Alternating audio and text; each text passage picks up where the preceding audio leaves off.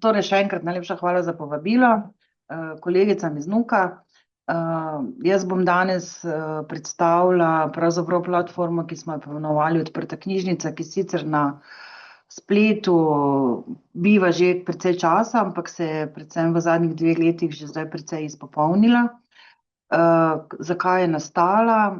To je iniciativa tudi, ki je bila prva rezultat dogovora 4 univerzitetnih knjižnic, kasneje je pa ta iniciativa oziroma naloga tudi predpisana v akcijskem načrtu za odprto znanost. Ta dokument si poznate, ki izvira iz resolucije znanstveno-raziskovalni in inovacijski dejavnosti, na to iz novega zakona o znanstveno-raziskovalni in inovacijski dejavnosti, uredbe, ki je operativni akt tega zakona, in seveda ta akcijski načrt, ki je namenjen temu, da se torej znanstveno-raziskovalno delovanje po načelih odprte znanosti čim bolje implementira v delovanje javnih raziskovalnih zavodov. Tako je tudi ena iz teh nalog, da smo ustanovili pravzaprav Center za zagotavljanje kakovosti v znanstvenem komuniciranju, poimenovan Odprta knjižnica, in sicer 4 ustanove zaenkrat, torej začetnice, ustanoviteljice, kakorkoli bi se izrazila. Je to Centralna tehniška knjižnica Univerze v Ljubljani, Univerzitetna knjižnica Univerze na Primorskem, torej v Novi Gorici, ter seveda naša knjižnica, torej UKM Univerze v Mariboru. Tako kot sem že povedala, je seveda center namenjen znanstveno-raziskovalni skupnosti in tudi seveda naši strokovni knjižničarski skupnosti. Spodbuja in podpira uporabo praks odprte znanosti pri raziskavah ter vključevanje javnosti v procese znanstveno-raziskovalnega dela. Seveda v tem kontekstu govorim o občanski znanosti in seveda ta center oziroma portal Odprta knjižnica je nastala v okviru ukrepa resolucije.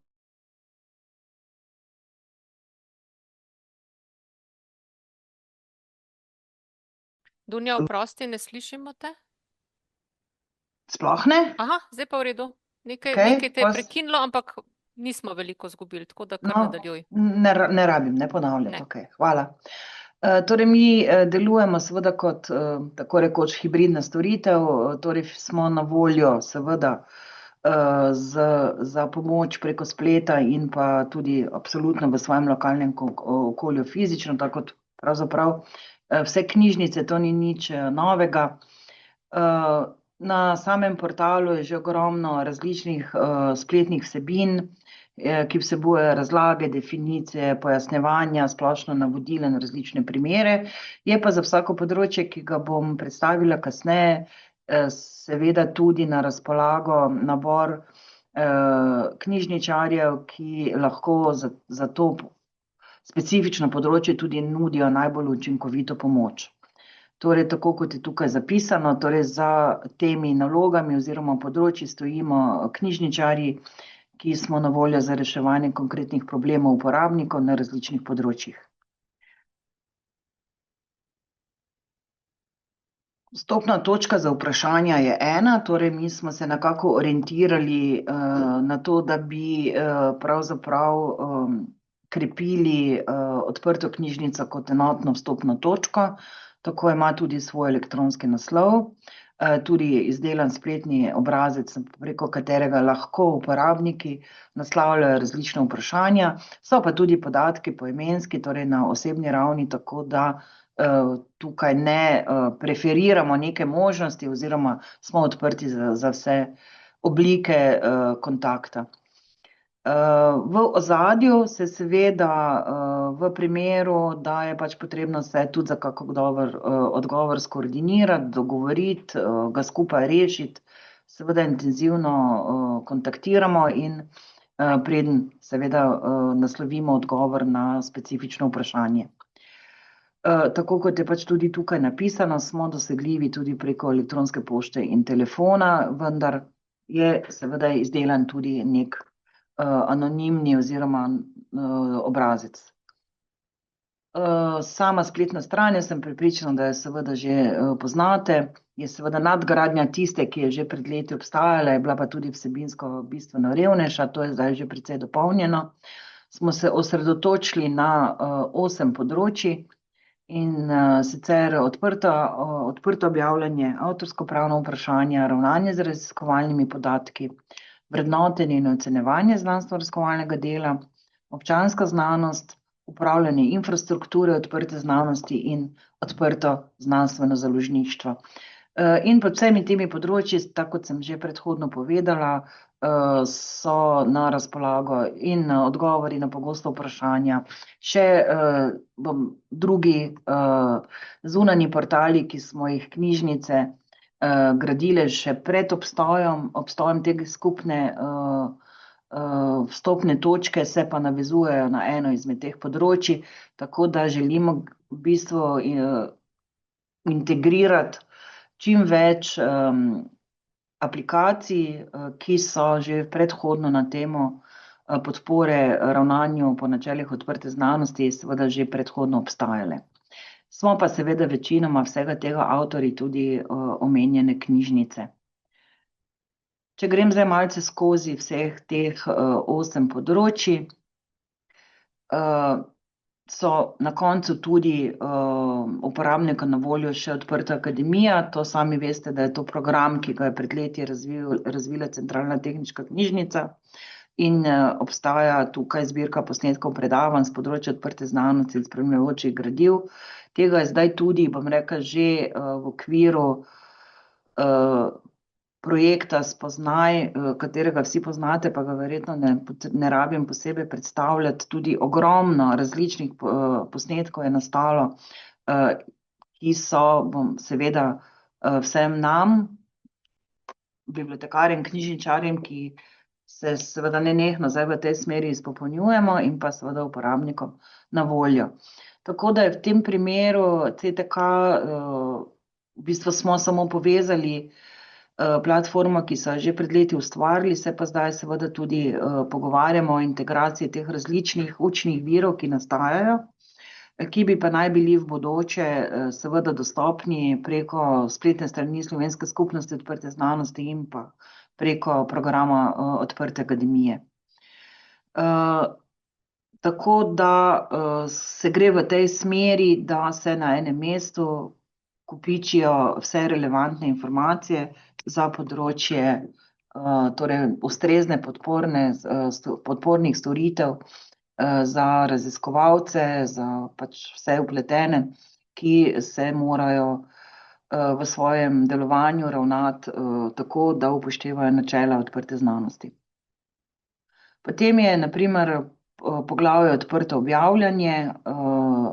Sami, kot vidite, je na začetku vedno so navedene kontaktne osebe, obrazec za pošiljanje pomoči je na prvi strani, je potem posebej tudi podstran za pogosta vprašanja, krajši informativni opisi področja, seveda pa na strani, torej v vašem desnem kotu zgoraj so pa povezave do različnih drugih portalov, ki so nastajali prej ali so nastali zdaj in se povezujejo z predstavljeno temo.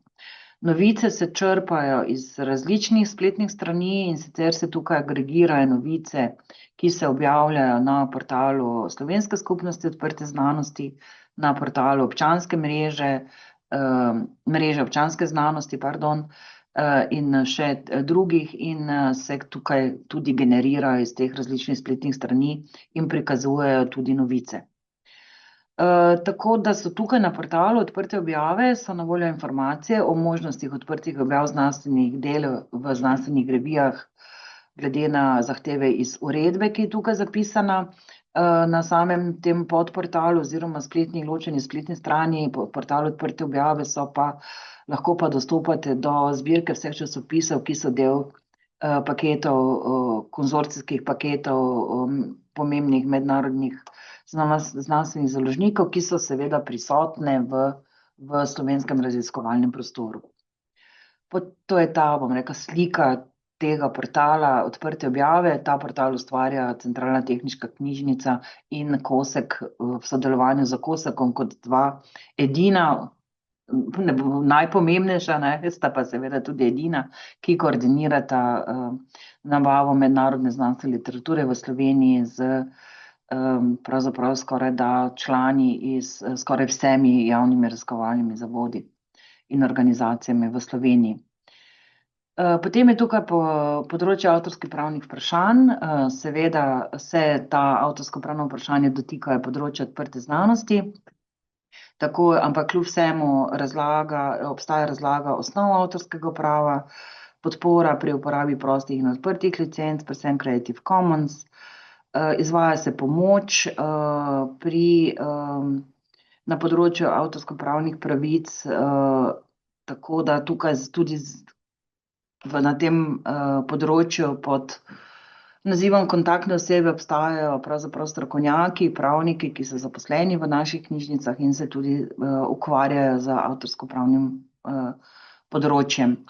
Ta portal desno zgoraj je svetovalnica za avtorsko-pravno vprašanje. Tukaj smo poskušali oziroma smo izdelali eno takšno svetovalnico za različna avtorsko-pravna vprašanja, jih grupirali v različne skupine, torej osnovne informacije, izjeme omejitve za knjižnice, licence, kotiček za visokošolske sodelavce, kotiček za študente in še mislim, da je teh skupin še za eno vrsto, tako da vas pač vabim, da si ta portal tudi pogledate, vkolikor kakšno odgovor na katero vprašanje pogrešate ali pa kakorkoli vabljeni k temu, da nam seveda ta vprašanja ali teme, ki bi jih še morali vključevati, pošljete. Tako kot sem rekla, vljudno vabljeni, da sodelujete pri vsebinskem dopolnjevanju te svetovalnice. Potem je tukaj ravnanje z raziskovalnimi podatki, to je seveda vedno bolj vroča tema.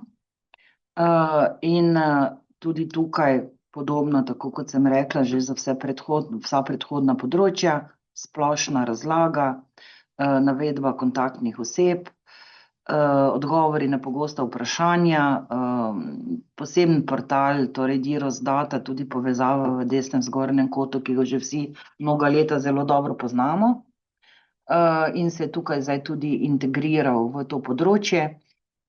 In sicer seveda tako, kot se dinamično in kar z veliko hitrostjo to področje razvija v Sloveniji, bom rekla, predvsem zaradi tega, ker so zdaj po tem, ko Zakon o znanstveno-raziskovalni in inovacijski dejavnosti predpisuje in zavezuje raziskovalce za to vrstno ravnanje, seveda tako tudi mi se soočamo z vedno bolj konkretnimi, torej s vprašanji iz prakse in tako kot sem na začetku povedala, se seveda velikokrat posvetujemo, da damo ne samo pravilen, ampak tudi enoličen, torej na enakem nivoju standarda kakovosti odgovore raziskovalcem. Potem je naslednje področje, torej Dirosdata, slika portala, ki ga že vsi dobro poznate, in je tudi zelo informativen, bogat z informacijami, ki jih raziskovalci na tem področju potrebujejo. Potem je tukaj vrednotenje in ocenjevanje znanstveno-raziskovalnega dela. To je pravzaprav zdaj v tem kontekstu tudi zelo pomembno področje, ker je predpisano, da se morajo javne raziskovalne organizacije seveda prilagoditi tudi ocenjevanje znanstveno-raziskovalnega dela do določenega datuma. In je to v bistvu področje, kjer so, bom rekla, javne raziskovalne organizacije zdaj zelo angažirane, da bi tudi na tem področju kaj storile in sicer nekako išče ravnotežje med kvalitativnim in kvantitativnim vrednotenjem znanstveno-raziskovalnega dela, vendar smo tukaj sicer vpleteni na nek način, v bistvu je pa to, kar lahko mi do neke mere samo svetujemo, nikakor pa seveda na tem področju nismo tisti, ki bi lahko karkoli zelo konkretno tolmačili. Pa vendar bom rekla, to področje zanimivo za knjižničarstvo ali za našo dejavnost, tudi zaradi tega, ker objavljanje v odprtem dostopu, kako različne spodbude na tem področju vpletati v samo kvalitativno ocenjevanje, se pogosto tudi obračajo na nas. Tisti, ki sodelujete tudi v določenih delovnih skupinah Slovenske skupnosti odprte znanosti, tudi veste, da v tem letu nastaja in mislim, da če ne do konca tega leta, sigurno pa v začetku naslednjega bo sprejet tudi pravilnik o spodbudah za delovanje po načelih odprte znanosti, ker se je skupnost odločila tudi na nek način promovirati in nagrajevati tiste raziskovalce, ki so na nek način zagovorniki, ne samo zagovorniki, ampak tudi izvajalci znanstveno-raziskovalnega dela po načelih odprte znanosti, in to so recimo takšne spodbude, ki so lahko tudi predmet teh sistemov vrednotenja. Potem je tukaj občanska znanost, seveda področje, ki ga koordinira v Sloveniji Centralna tehniška knjižnica. Tudi to je naloga, ki je podeljena Centralni tehniški knjižnici z naslova akcijskega načrta za odprto znanost. Odlično deluje. Pred kratkim smo organizirali spet dneve občanske znanosti, ki so bili oziroma je bil v Novi Gorici. Izjemno odmev in zanimiv dogodek. Spletna stran je že zelo obsežna, informativna, s katalogom projektov, ki imajo karakteristike občanske znanosti, tako da tudi vabljeni k ogledu in tako kot sem prej povedala, v desnem zgornjem kotu seveda tudi povezava do te spletne strani, ki sicer, bom rekla, biva na spletu samostojno, ne. Tako da tudi to spletno stran verjamem, da že zelo dobro poznate. Potem je tukaj upravljanje infrastrukture odprte znanosti, seveda brez ustrezne infrastrukture teh načel ne moremo uveljavljati. To je pravzaprav agregator informacij o repozitorijih, ki obstajajo v Sloveniji oziroma na univerzah in drugih organizacijah že mnoga leta. Govorimo o institucionalnih repozitorijih in drugih repozitorijih.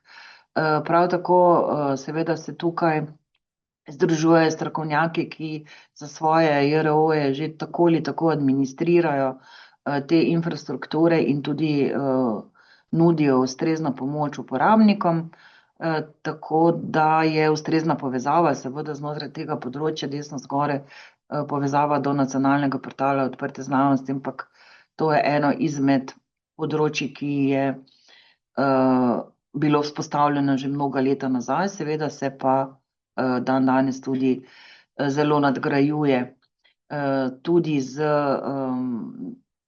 nadgrajuje z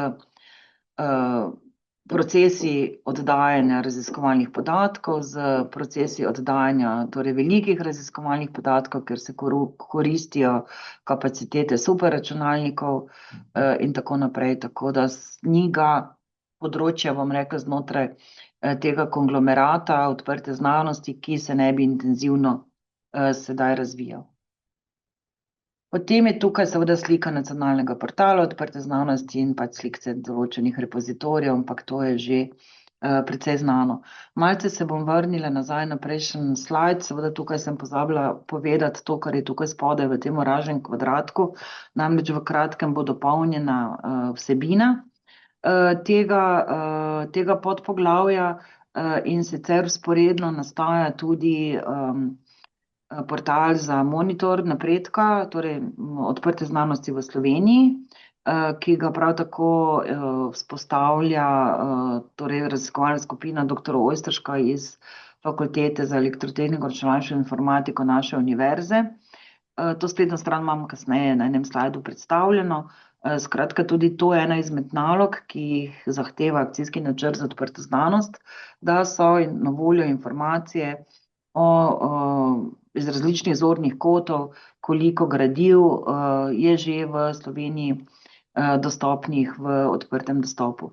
Vzporedno sami veste, da se v naših krogih, torej v knjižničarskih krogih, precej pogosto zadnje čase pogovarjamo tudi o aplikaciji oziroma infrastrukturi DCOBIS, ki je namenjen temu, da se vnašajo podatki, torej analitični podatki o financiranju, objave odprtega dostopa, o projektih, o številkah, o licenci, kjer se morajo zdaj tudi že raziskovalci opredeljevati do tega, ali so že odložili raziskovalne podatke, ali jih bodo, ali kje so na voljo in tako naprej. Tako da se pravzaprav, če malce širše povem,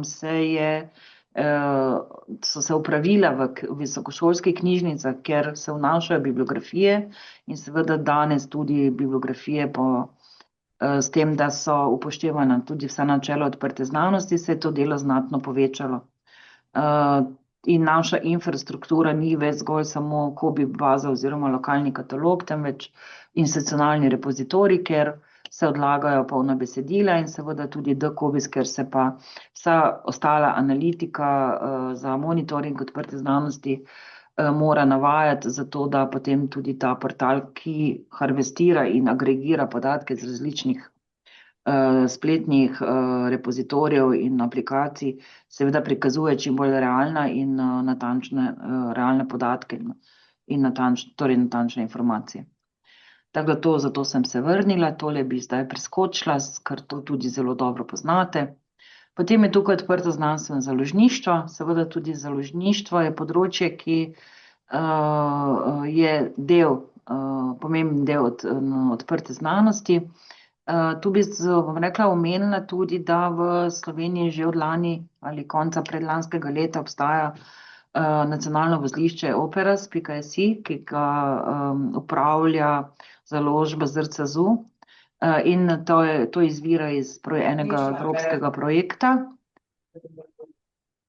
In gospod Aleš Pogačnik s tem, bom rekla, nacionalnim vozliščem tudi upravlja, koordinira dejavnost in to vozlišče se ukvarja predvsem z odprtim znanstvenim založništvom. Sem sodijo, kar vam je sigurno tudi znano, projekti Palomera in tako naprej. Tako da smo tukaj zbrali informacije, ki se tiče odprtega znanstvenega založništva, usmeritve, kako izvaja dejavnost, da se približuješ diamantnemu odprtemu dostopu, torej skratka z založniškimi temami. Zdaj za konec vam bi pa še pokazala nek portal, ki je v nastajanju. Je sicer, bom rekla, pravi doktor Ojsteršek, stranski produkt monitoringa, ker so harvestirali podatke vseh možnih strani in infrastruktur. Skratka, v nastajanju je, informacije še niso popolne, je portal slovenskih revij in monografij, malce po vzoru, sami sigurno poznate hrvaški portal Hrčak, tako da to je malce po tem vzoru. Zdaj vsebinsko ga urejamo tudi v naši knjižnici. Smo seveda računalnikarjem priskočili na pomoč in skupaj bom rekla, vsebinsko urejamo ta portal, ni pa seveda še, nič ni nikoli popolno, ampak tukaj je še marsikaj za popraviti, ampak če poznate naslov, ga že lahko, se nekaj do te mere si ga lahko ogledate, ne. In na koncu, zadnji slajd, je pa še ta monitor odprte znanosti, ki je pa tudi seveda že odprt, in kjer že lahko brskate po različnih informacijah, brskate tudi po podatkih svoje institucije. Bom rekla, uporabna stvar, seveda bolj, ko bomo vnašali podatke v, bom rekla, te infrastrukture, ki sem jih prej pri bibliografih omenjala, bolj natančne podatke bomo na tem monitorju imeli, tako da se da, vabim k ogledu, ogledati, kolikšen procent vseh objav je že v odprtem dostopu in tako naprej. Tako da pač vljudno prosim za ogled, no, skratka, teh aplikacij je že ogromno, z različnih zornih kotov, trudimo se, da bi jih in tukaj in na spletni strani Slovenske skupnosti odprte znanosti nekako integrirali, da bi imeli uporabniki in mi kot strokovnjaki, kot podporno osebje na tem področju čim manj težav pri iskanju ustreznih informacij, da lahko tudi nudimo ustrezno podporo našim skupnostim, za katere pravzaprav delamo. Tako da toliko na kratko, res na kratko z moje strani. Tako da najlepša hvala.